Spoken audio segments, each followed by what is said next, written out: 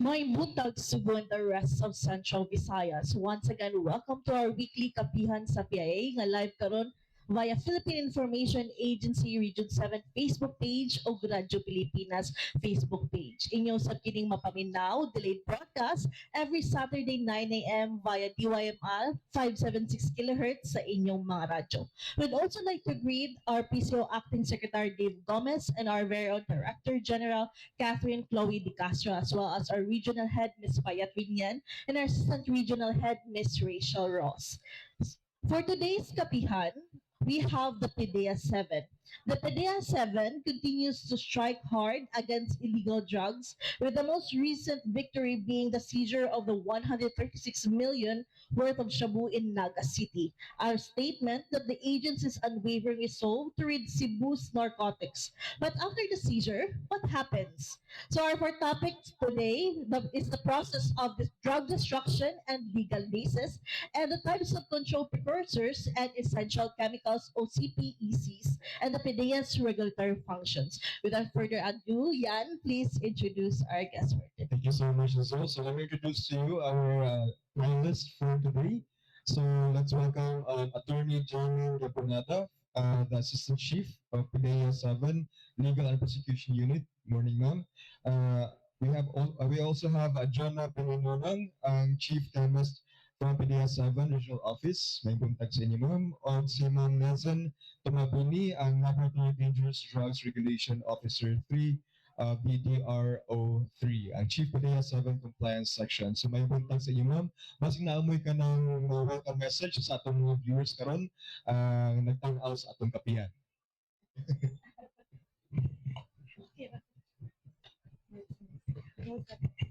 Okay, so welcome. Karon sa kapihan. So I just hope we'll be able to answer our questions. Okay, that's all. Great.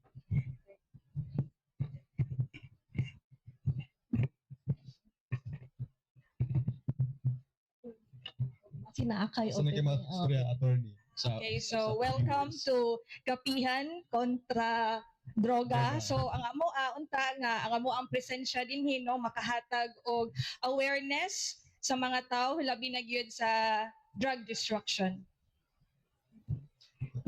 Ayong buntag sa tanan, labi na sa atong mga tigpaminaw and our online viewers. And sa to attorney Janan Gabunada nga hopefully makahatag ni og information, accurate information regarding sa destruction of dangerous drugs and of course the regulation of controlled substances under the Republic Act 9165. Thank you so much, ma'am. So, din natin patugayon sa no, magsumunod ang mga tanong sa atong mga panelists regarding sa atong topic for today, which is ang kontra droga.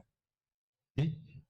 So mag-start ko ni attorney. Attorney, with the process of the drug destruction and siguro legal basis, what is the role of PDEA and the legal basis and destruction of the confiscated drugs, especially natay recent katong sa Naga na 136 million ninyo. Unsa gibuhat ninyo makaibawa taw agi kuha naman sa PDEA, unsa may sunod ana nga kanang paagi, unsa steps siguro nga kanang dili mahimong ang mga tawo nga gikip para na ni PDEA dira kuan unsay sunod na buhaton ninyo as agency? So PDEA as the lead agency, we are tasked to take charge and take custody of the confiscated, seized, surrendered, dangerous drugs and CPECs for disposition and destruction. So we have our legal basis in destructing drugs. We have the RA 9165 or the Comprehensive Dangerous Drugs Act. So kaninga pamalaod nato sa drogas naka-cite na didto kung unsa man ang mga proseso sa pag-destruct. So mao ni ato ang primary legal basis as to the destruction. So unsa may buhaton sa PDEA no after nila i-seize ang mao nga mga drogas. So under section 25, it is stated there nga the seized items must be immediately marked.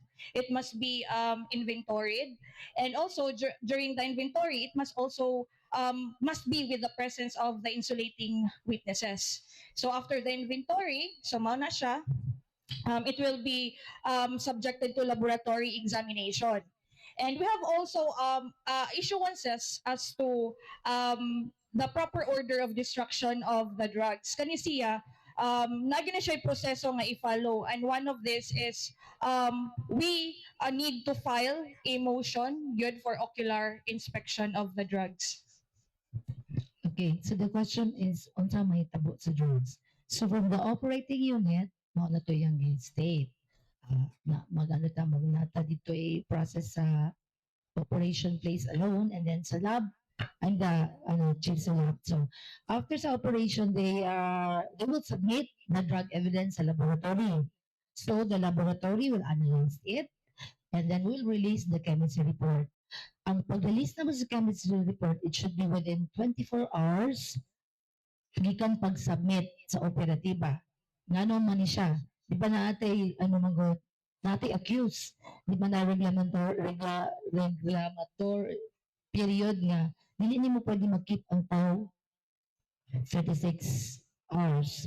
Within 36 hours, di kinahanglan siyang ma-release kung wala mo'y kaso. So that means, kami po sa part sa lab, we see to it nga by 24 hours from the receipt sa request, mapagawas na mo ang chemistry report para magamit sa operatiba pag-file og case sa tao. So after that, na-receive na sa lab, we analyze it. After sa pag-analyze sa chemist, ang evidence itself, amo na siyang ihatag sa atong evidence custodian sa lab. Ang evidence custodian, ang iyang trabaho is to siya ang in charge pag-collect sa tanang gipang-submit ng drug evidence. And after pag-receive sa evidence custodian, iya ka na ibutang sa evidence room. We also have an evidence room. Naa dito tanan ang ebidensya nga na-receive, na-submit sa mga different operatiba not only sa PDEA but also other law enforcement agencies like PNP. They can also submit drug evidence sa amo with court orders na siya. Okay.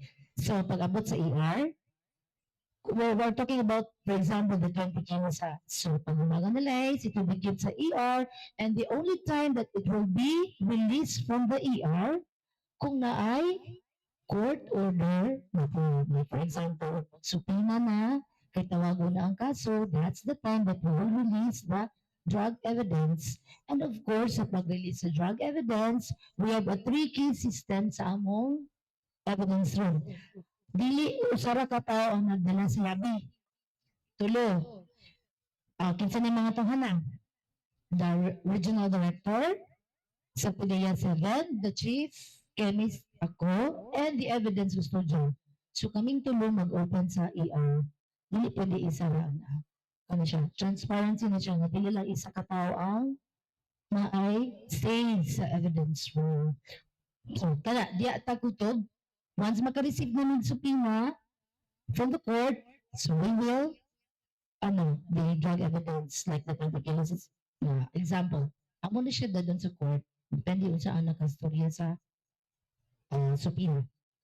So, if the court says that that will be subjected to rep sampling, so pwede ta kakuha dayon o representative sample for that particular 20 kilos if ever na ang order. And then, after that, ang court may to retain the retention sample and the rest of the evidence itself for destructions. Yeah. So all in all, di pwede kami lumag. We have to have court orders kung destruction na ang atong istoryahan. Follow-up question, ma'am, kana since you mentioned nga naman may coordination sa court, unsa pa mga line agencies or departments nga nag-coordinate sa inyo or nag-participate, especially mga private sectors nga nag-coordinate sa inyo sa kanang pag-destroy sa drugs? So destruction itself na kinahanglan ta na ay mga insulating witnesses. Nakabutang po na sa DDB board, right? Especially the section 6, I think, the disposal, and there's a disposal. Pag destruction na to, we have to have these 5 witnesses. Kita mo na the accused or the counsel sa mga kanang sa drug na kita ang accused ato. And then we have a representative from the DOJ, civil society group, and media.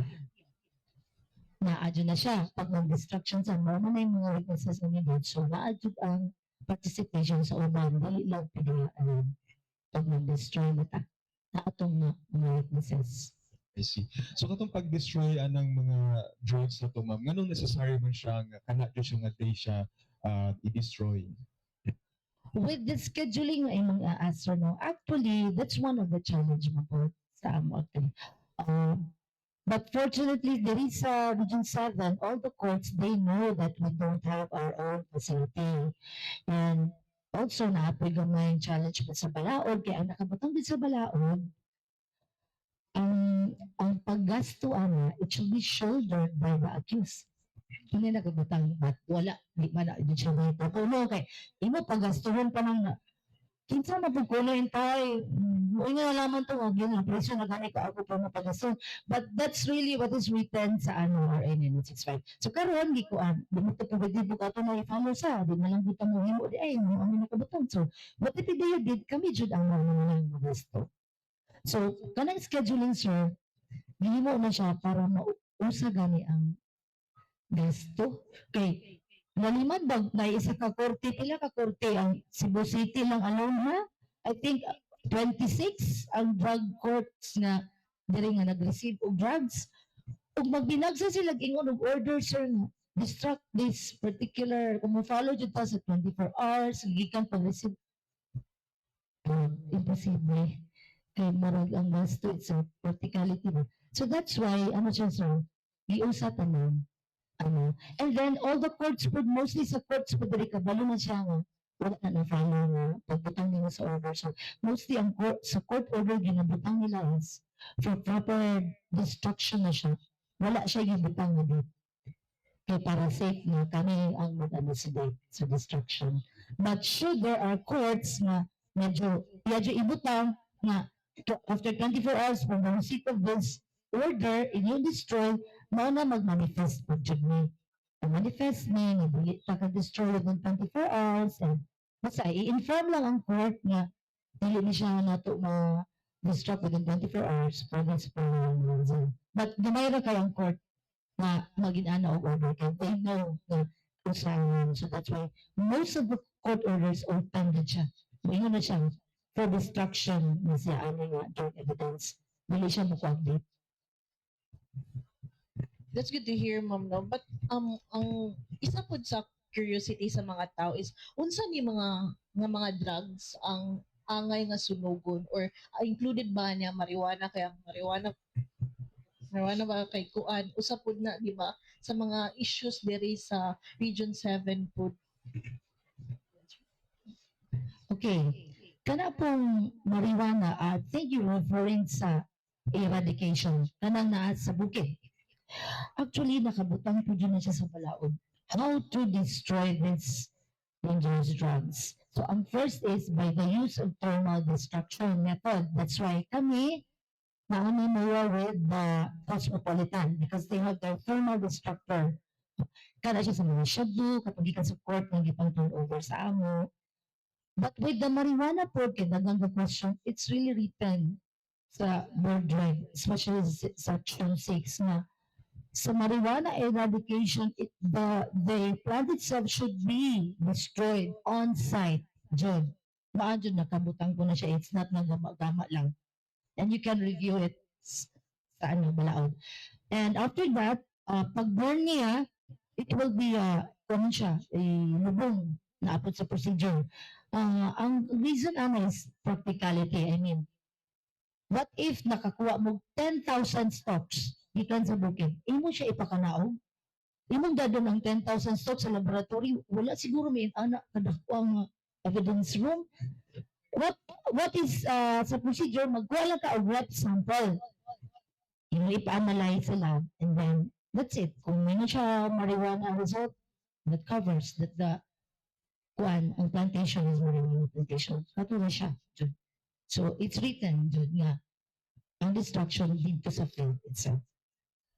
You also mentioned gaina ma'am no nga kanang na-specific nga date kung kanus i-burn or i-destroy ang mga drugs. So mag-ask lang ko ang yun sa na or how unsa siya pag kanang dili mishandle ang pagsunog ana nga mga drugs kay basin nay uban nga magpasekreto lang ba yan or yan nga situations?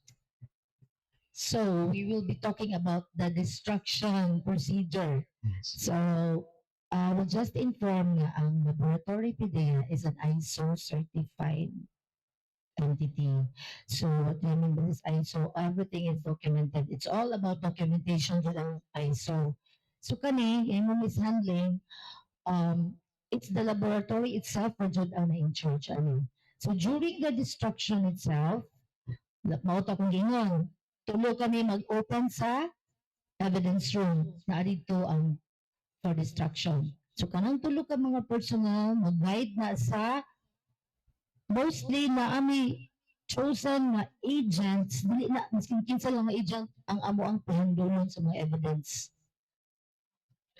Upat, bang mag-alsa na from the evidence room kay dagko mo kinagsudlanan nanay mga agent naka-assign dili na maskin kinsa nga agent. We have our LOI before ta mag-destruction na atay letter of instruction nakasaad doon kinsa ang mga personal nga mo-handle sa evidence. So from the laboratory itself, sinarang upat na mostly. Sinarang upat ang pwede mo handle down sa sakyanan. Sulod sa sakyanan na ang upat na ako, na ang evidence custodian, si RD. So kanang isa ka van na ang itanon. And then nag-FB live ta na. Starting dito sa evidence room, down manaog sa silong, down sa sakyanan, down maabot ni sa Cosmo naka-focus ang video sa mga ebidensya. Para dyan mo yung mga dito, umanguha. So pag-abot dito sa Cosmopolitan, still naka-video pagkanaog, down nga ingutang dito sa butanganan, down nga mag-start na ang program, and we will be checking parts of destruction ends before it will be loaded to the chamber. And of course, during the destruction to natong mga witnesses na akong gipang istorya, dili ni pwede mag-destroy og kulang ni sila. Dili matamadayon. So, example na malate among hulaton. Di sa dyan may mag-load dito. Naadod silang ni mga kompleto. So, down pag-load dito, naka-FB gapon. Down masarado ang chamber. Naapo dito nakatutok. Kung man, asa man dapit niliko. Wala sa. Ama nagituyo kay transparency. Kaya ngayon nga niliko dito. So, dito sa chamber, sulod, isirado. After sa pagsirado sa chamber, naapa po may procedure. Ang laboratory chemist maghulat, kanus ang mahuman ang destruction, kay we will have to test the ash. Kay ang final product ana is ash. So, kanutan na mga drugs, mahimo to siyang ash. We will test that ash. Kung napano. Ay, nalintanaw. Before they load to namo, mag-testing din sa mga drugs. Ano nagipakita? Yung drugs ba siya? We'll perform screening test. So dito pa before pag-load, ano nagipakita? Ang nag-analyze me, it's still drugs. Dili siya asin. Kaya nag-screening na po ni Kusot. Load. After pag-load, pag-ash, screen na po na mo to see to it na fully destroyed ang drugs. So, paglanto na po, negative na siya. So, okay na. Kompleto na ang destruction na itong process. Ayan, so klaro na sa atong mga viewers nga nag-live sila ma'am sa ilang process kung magsunog na sila, mag-destroy na sila sa mga drugs. Okay? Ma'am, to clarification lang, you have MOA with Cosmopolitan. Cosmopolitan ra jud ang inyong partner right now or nasa ilaing mga business nga mo incinerators na naa diri sa Cebu mga Right now, it's Cosmopolitan ra amo kay may lain but they have pwede magud sila nga dili sila mo ano like especially kung private actually ang Cosmo is a private but thankful namin nga ni support po din sila na mo kay free of charge ba siya. There are also other kind of facilities but dili man takabuot na dili sila mo ano kay syempre naabay dyan ba. And also Cosmo Prod is pasok po siya sa requirements na they have these needed licenses for a thermal facility. DNR accredited po sila. So, pasok sila sa amo atong mga requirements para sa mga third party nga destructor facility. but naay plan si PIDEA to buy their own facility or their own incinerator for that. With that, I think probably Siguro, but as I have said, dili po ta pwede na lang magbulat nila. We have to do something. So, thankful lang may nga na-adjust tayong stakeholder na willing to vote na to. Sa schedules ani sa burning of like the drugs, ma'am. Unsay inyuha kasagaran schedule ani or magkalit-kalit ani siya or sabutan ra jud na ninyo na specific every quarter, every month. Kami sa PDEA, it's especially sa Region 7 kay medyo paghan jud diri no. Ang among gina-target is at least twice a year or so. Twice a year. So once every semester. So from January to June and July to December, we situate na at least man lang twice jud may makaano nila. So once every sem. So semesters of first, usually we do our destruction June. And then for the second sem, it can be November or December. Padulong na sa. Okay, we also have other things to, ano na good, about only. Kung may nami destruction, we will go to the court, so we'll retrieve, so we'll retrieve pa man ni, and then we will send letters sa mga other areas na naami kami nga destruction, so you have to submit all your drug evidence to us. Laboratory mag-operation work. So that's why, nanami nakaset the schedule. Thank you, ma'am. So, musta po tayong mga challenges ngayon na face mo sa PDEA o na-encounter ninyo sa pag-destroy sa kaning mga confiscated drugs? Of course, number one, naging ma'am, talagang, we don't have our own facility, but sayad said, probably, base mo, nakapalo na adjay, pero sila, ano, I think we should have our own with yung motto, thankful lang po mga adjay, mga stakeholders na willing jud matapang sa amo. I think that's the challenge jud kay with the court, they already know naman, sayad said, total ng ilang order. Di araman ta mag-ano, challenge na nato kung di nato follow ang ilang order. Thank you, ma'am. So, let's move na sa atong CPECs and PDEA's regulatory functions. Ang question naman, ma'am, is what are controlled precursors and essential chemicals or CPECs, and why are CPECs regulated by the government? So good morning again, no? To answer your question, sir, CPECs or the controlled precursors and essential chemicals are those controlled substances or chemicals na listed under the annex of the RA 9165. And then they are categorized based on tables. We have table 1 until 3. So these are also the chemicals listed under the 1988 UN Convention Against Illicit Traffic of Narcotic Drugs and Psychotropic Substances. So internationally controlled ang table 1 and 2. Ang table 3 are domestically controlled. Muna siya. And on your second question, sir, why is it controlled by PDEA? Because these substances are ingredients or ano bang ibang term for Starting ingredients? material. Starting material and essential chemicals in the manufacture of illegal drugs like shabu, ecstasy. So yun po. That's why these chemicals are controlled. So, natin ka ng idea kung unsa ni silang mga chemicals specifically, ma'am? Well, for example, as I have said earlier, we have table 1. Example for this is acetic anhydride,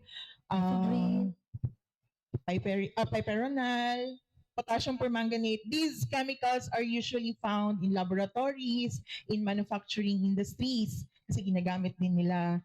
For table 2, our most common is acetone. Sulfuric acid. Ano pa? Hydrochloric acid or commonly known as muriatic acid, yung palinis ng CR, swimming pool. Ayan, controlled po natin yan. Ano pa? Yung mga solvents like toluene, ethyl ether, methyl ethyl ketone, yun. So, under po ng table 2. And table 3, we only have 2, I think. Ang natandaan ko lang, si thionyl chloride, which is domestically controlled because thionyl chloride is classified by the Dangerous Drugs Board. So under Table 3 siya. It is usually found in, Clan love.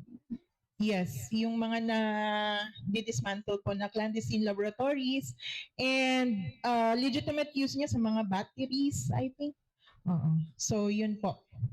Our mission actually, the compliance section of the PDEA Region 7, our mission is to control and regulate these controlled substances as well as ensure the availability for the legitimate use of the country kasi hindi naman talaga siya pwedeng i-ban totally because merong mga chemical industries or pharmaceutical industries na gumagamit ng mga chemicals na to. So we only control and regulate. So you mentioned nga kini sa mga chemicals is controlled and regulated, ma'am. So that means nga dili gid siya mapalit sa kanang mga ordinary people lang, no? Yes sir, dili basta-basta dapat meron silang license to handle before they can purchase and use or import and use these controlled chemicals. Yes sir. Siguro unsa na yung mga penalties siguro or violations for the uncompliant industries na to ani, ma'am? For example, ma'am, if the activity is imported, galing sa ibang bansa, pinarating nila dito sa country, Philippines, without proper documentation or authority, that's a possible violation of Section 4 of the RA 9165, illegal importation of CPEX. Kung selling naman, trading, distribution, or transportation without a valid license, that would fall under violation of Section 5. So, yun, violation po of the Republic Act 9165 itself. So, ang penalties, nandun na rin siya sa RA 9165. Section 4 is life imprisonment. Same with Section 5. Yes. Amo gyapon ang mo file ata. Yes, ma'am. So you mentioned mo kayo naman nga nag-require ka ng mga authorization or permits. So which business or industries are required to secure permits or licenses involving CPEX? And what permits or authorizations are issued by PDEA for CPEC related transactions, ma'am? Let me start with licenses and permits are two different documents when it comes to PDEA, sir. So license to handle, yun po yung i-issue natin as authorization for these companies na mag-handle ng dangerous drugs or CPEX, depende sa activity. What will they do with the controlled substance? Like for example, we have a license P1. That's license for retailers of chemicals. Different ang magiging license if you are a wholesaler distributor, that would be P4.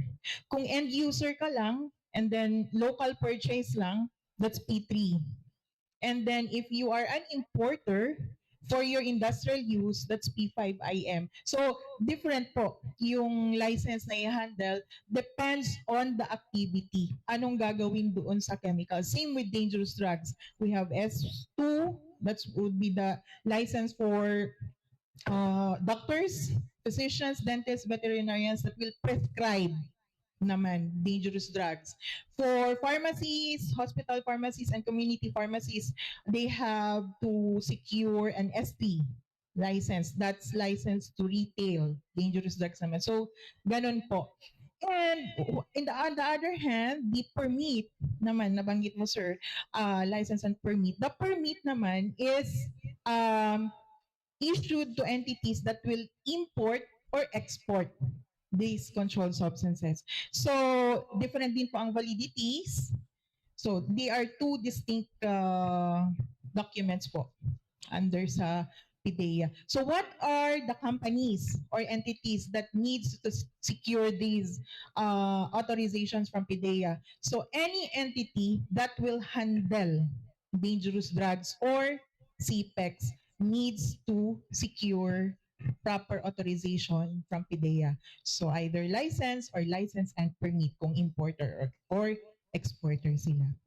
So kasagaran sir, mga companies, pharmaceutical. Nabanggit ko na kanina, mga hospital, community pharmacies, drug distributors, importers, distributors. For the CPEX naman, marami tayo, mga manufacturing.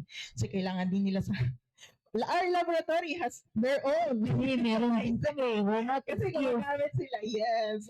Magkuha po ko S&P license For niya. Wala laboratory unay-unay.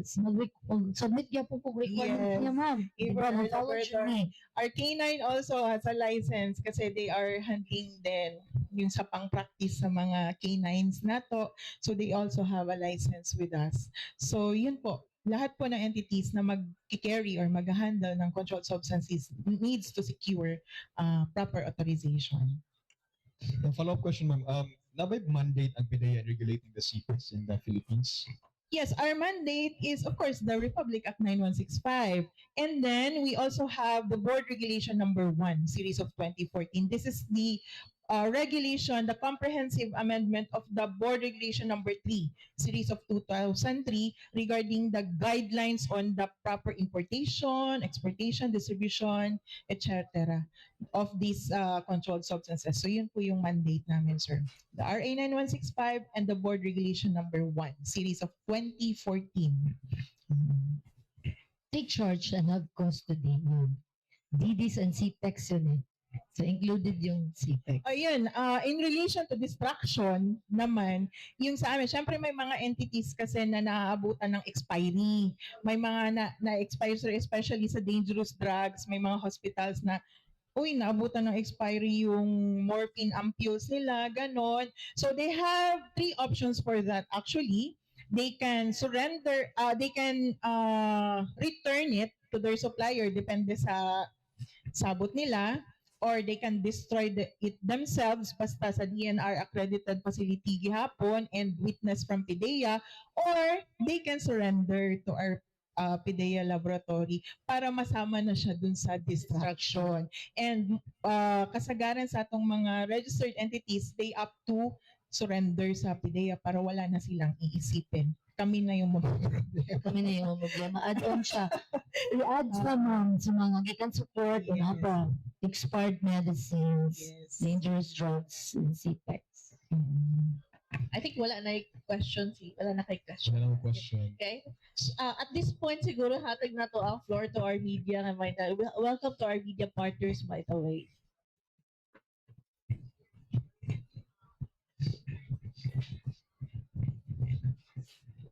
Okay, thank you. Good morning, PDEA 7. Hello. Hey, sir.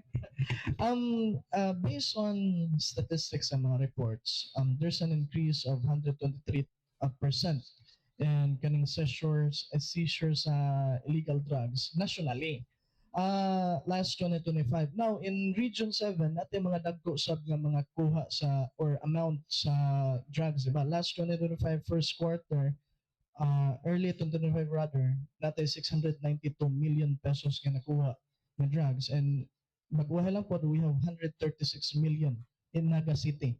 Karon kaning ang nani nga statistics nga dagko man og kuha in terms of drugs. Does this mean nga ang ato mga drug syndicates are getting more aggressive in pumping drugs here in Central Visayas, or does this mean nga ang atuang intelligence and interagency collaborations is becoming or are becoming more effective? So lately no, grabe ang amo ang drug operations karon sa PIDEA nya. Grabe ka dagko ang mga seizure. So sa inana makita jud nato nga nagbalik gyud ka aggressive ang mga people nga involving in illegal drugs. So double time po ang PIDEA and other law enforcement para magpanipod sila. Anang proof mo to. Nagko kaya nga seize karon 20 kilos, 5 kilos, 3 kilos. So, mag-double time po ang mga law enforcement for that. I would like to ask a crazy question. Okay, ma'am.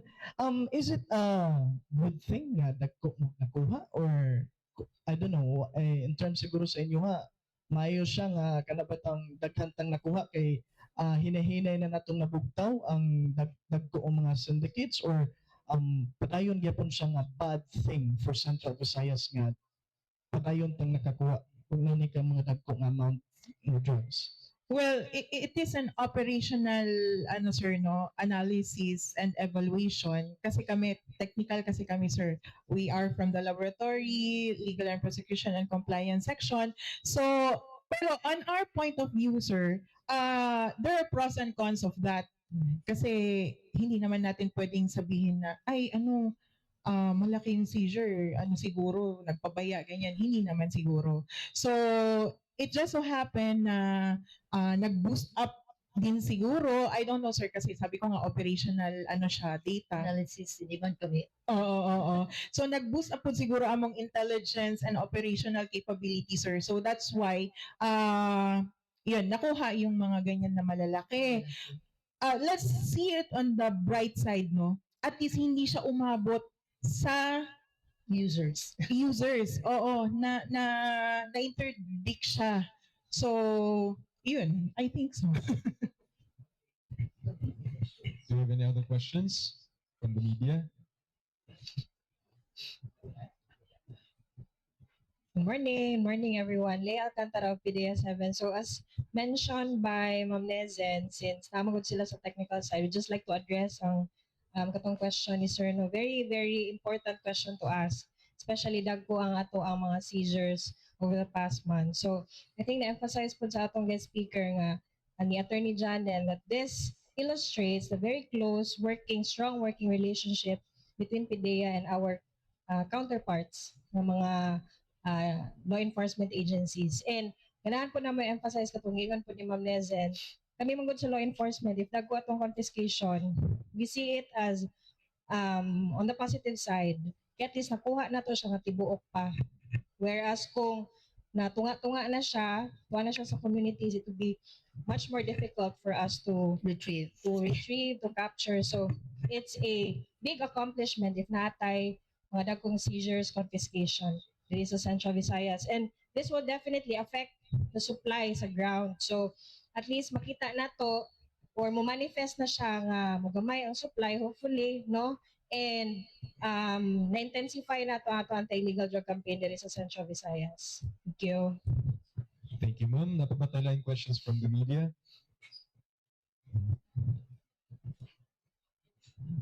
Hi, good morning. I'm Angeli from Radyo Pilipinas.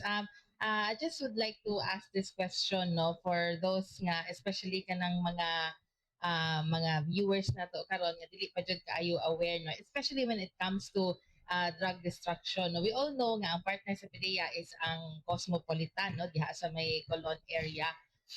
Usa sa mga kanang ingon ba sa mga tao nga naa diha sa gawas, ingon ala mo aso niya mahanggap na to ang aso dili bataan ni mahay and ang usa pa jud na ka-concern is kana bitang mag-distract og marijuana nga pag lang naibot di ba kung daghan kaayo dili naman nadalon diri no sa ubos para i-distract o apilon og sunog unya kung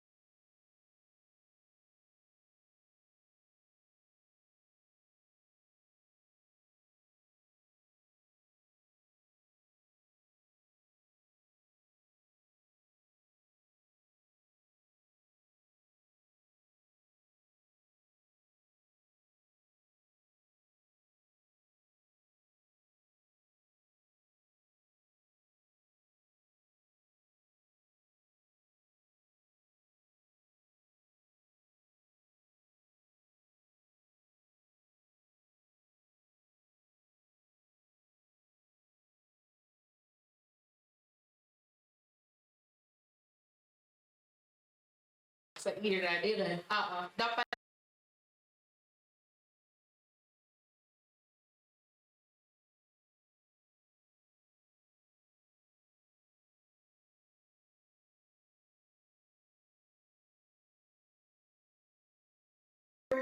Plus attendance, pictures, while before, during, and after pag-ibot sa marijuana stock. Documented with siya again. Just i-follow up lang, ma'am. So, especially sa marijuana, how about sa mga okay, may bawang sila sa ilang ayan buhaton, no? How about sa mga tao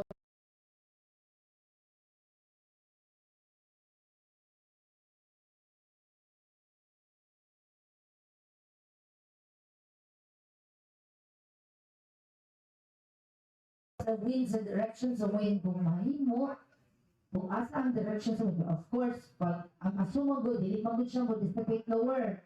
Taas siya. So as the distance increases, magkataas siya. So wala po naging unless butterfly or bird siya. So that's why ang atuwa is the perimeter. Kung saan ang direction dito, kung mahimo, walay tao ang padulong dito. Kung asa ang aso. So kung mamaritis siya, water siya. Lupi, nalayo kaayo. Yahan na dyan ng nanaan na ganyan siguro siya. Mawala dyan siya ano. We have other questions, sir?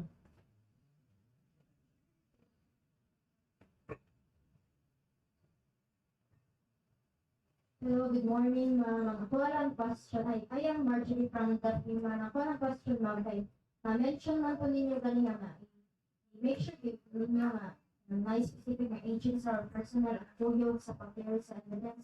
Ano may mga kaso nga na records o ano nga na recycling na nahitabok. Sa yung bata na kami masakpan na nag-recycle. Actually I've been with Pidea for almost 17 years. Sa ako lang natin. Wala, tujud na may tabo mo na recycling. Sa wala kay ano mo siya ma'am. Sa laboratory, we have so many reports about to be done. Para lang din sa mga drugs. So namin monthly report, and then na ako ni video sa laboratory, we have our own CCTV, especially ang kanang sa evidence room, in and out, o hasta ang laboratory itself, the whole, na siya CCTV. So monitored ang amo ang ginabuhat, and aside from that, naami mga annual physical inventory ang ginamo. Kinsa ang mga tao na naa sa annual physical inventory? Nakataga NBI, nakataga PNP. So while mag-inventory mo, naami, dahil lang kami sa Piday, nag-top na sa other enforcement agency para transparency. Makita nila na mauni ang sunod sa evidence room karon, nagsaan na muna kung tawag ang kaso mo na ebidensya in front of them. Okay. Lahat na sa malaon na we should have our physical inventory in the presence of NBI representatives, PNP, and other like Matagaya and other pangalang agency na involved. So in relation to the question of ma'am, no, so unsa may mahitabo ma'am if naadjud tay masakpan no nga nag-recycle, nag-misappropriate or nag-mishandle sa mga dangerous drugs. So it is also provided no in RA 9165, specifically section 27, na if ang usa ka tawo masakpan nimo nga nag-recycle, nag-mishandle og illegal drugs na ma-convict siya ana, pwede siya kasuhan under section 27 if convicted na siya penalty nga life imprisonment and higher penalty. And if it involves public official, in addition to that life imprisonment and penalty, it will also have a penalty of perpetual disqualification in holding public office. We have questions from our online viewers from Star FM Cebu. Duha ka questions. First question, ma'am, is I don't know if na-mention na or natakol ba ninyo ganina, but yung question is, sa tingin po ninyo, sapat ba ang awareness ng public and private sectors tungkol sa CPEC regulations and ano po ang dapat i-improve? To answer the question, sir, well, I think doon sa mga entities na need talaga nila, they're also informed na kasi lumapit naman nila sila sa office, nakita nila yung product nila, may controlled under PIDEA, so ina-advise na po namin sila ano yung dapat i-secure, ito yung process and everything. So we assist them. But for the general public, I think medyo hindi pa talaga siya ganun ka aware ang general public, sir. Ang nakakaalam lang talaga yung mga may direct na kailangan ng license sa amin, yung mga handle ng dangerous drugs. So, for PIDEA's part, sir, we are boosting our information dissemination with regards to the regulatory control of these substances. Like for this example, kaya sinasali kami ng aming PIO, si Ma'am Leia, para madagdag ma-boost po yung information dissemination natin with regards to the regulation. So hopefully, in the future, mas marami pa tayong information dissemination, sir, na makakandak. Okay, thank you, ma'am. And another question po, ma'am. With the continuous evolution of illegal drug production methods, paano po nag-a-adapt ang PDEA in terms of regulation, detection, and enforcement? Well, sa regulation and control, sir, last 2024, we already shifted to yung online application of license and permits. So meron po tayong tinatawag na regulatory compliance system. So this is also in par with the requirement of the government to shift to electronic na. So I think our Ease of Doing Business Act, ni-require din po tayo. And then, ayun, may mga ano rin po tayo. Because of that, mas na control natin, tawag nito, mas na ano natin yung statistics, ilang doctors yung nag-apply, may license in Region 7, ilang chemical industries, ilang pharmacy or hospital yung meron. Is it enough para ma-address yung, syempre hindi kasi lahat din ng hospitals may kulang pa ng walang pharmacy, mga ganon. So, yun, ina-assist po natin sila. Ano yung mga kulang pa nila para maka-apply sila ng license. Yun po. Thank you, ma'am. Does it answer na, sir? Kompleto na? Or controlled, talking tayo sa compliance na work, but in terms sa laboratory, because capability yung how we cope up with the new methods. Okay. The laboratory then, the chemists, we also have our trainings, especially yung nga, methods are nag-develop sila, and then we also have this new psychotropic substances, mga drugs na yan, bago pa lang. It's not really bago, but it's nandyan na sila noon, but ngayon in abuse. So that's why we call it NPS. So we also have trainings on that para if in case mabigyan kami ng sample sa lab, we can identify it. Hindi namin mapalagpas na okay, it's an NPS, included pa rin siya, ma-filean pa rin yung kaso ang tao. Thank you, ma'am. Do you have more questions from the media?